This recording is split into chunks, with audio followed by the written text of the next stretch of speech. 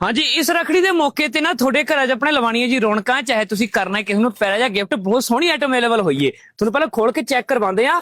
Market ਦਾ rate ਕਹਿੰਦੇ ਜਿੱਥੇ ਚੱਲ ਰਿਹਾ 700 800 900 1000 ਮੈਡਮ ਆਪਣੇ ਕੋਲ ਕਿੰਨੇ ਰੇਟ ਕਰ ਦਿੱਤਾ ਆਪਾਂ ਨੇ ਜੀ?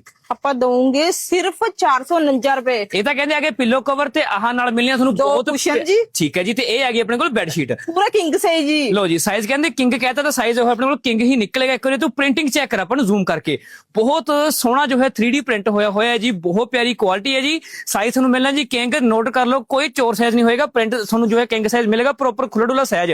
ਨਾਲ ਦੋ ਮਿਲਣਾ ਤੁਹਾਨੂੰ ਜੀ ਕੁਸ਼ਨ, ਨਾਲ ਦੋ ਮਿਲਣਾ ਪਿੱਲੋ ਕਵਰ, ਉਹ ਵੀ ਕਹਿੰਦੇ ਵੀਵਿੰਗ ਵਾਲਾ ਜੋ ਹੈ ਕੰਮ ਕੀਤਾ ਹੋਏਗਾ। ਬਾਕੀ ਕਲਰ ਚਾਰਟ ਚੈੱਕ ਕਰਾ ਦੇ, ਬ੍ਰਾਊਨ ਕਲਰ ਹੋ ਗਿਆ ਆਪਣੇ ਕੋਲ, ਆਸ਼ ਕਲਰ ਹੋ ਗਿਆ, ਗ੍ਰੇ ਕਲਰ ਹੋ ਗਿਆ ਤੇ ਨਾਲੇ ਮਿਕਸਚਰ ਕਲਰ ਹੋ ਗਿਆ। ਜਿੰਨੇ ਕਲਰ ਨੇ ਸਾਰੇ ਅੰਦਰ ਵੀ ਮਿਲ ਜਾਣਗੇ। ਅੱਛਾ, ਯਾਨੀ ਕਿ ਸਟਾਕ ਹੋਰ ਵੀ ਪਿਆ ਆਪਣੇ ਕੋਲ। ਹਾਂਜੀ, ਹੁਣ ਤੁਸੀਂ ਕਰਨਾ ਕਿ ਜੀ ਪੇਜ ਨੂੰ ਫੋਲੋ ਸ਼ੇਅਰ ਕਰ ਦਿਓ। ਸਿਰਫ 450 ਦੇ ਵਿੱਚ ਇਹ ਤੁਹਾਨੂੰ ਘੈਂਟ ਜੀ ਵੈਰਾਈਟੀ ਮਿਲਣੀ ਹੈ ਜੀ। ਤੇ ਆਉਣਾ ਕਿੱਥੇ ਬਣਾ ਮੈਂ ਦੱਸਦਾ ਹਾਂ। Vaishno cloth house Morinda, old Bassi road, near Gupsar Gurdwara ਸਾਹਿਬ।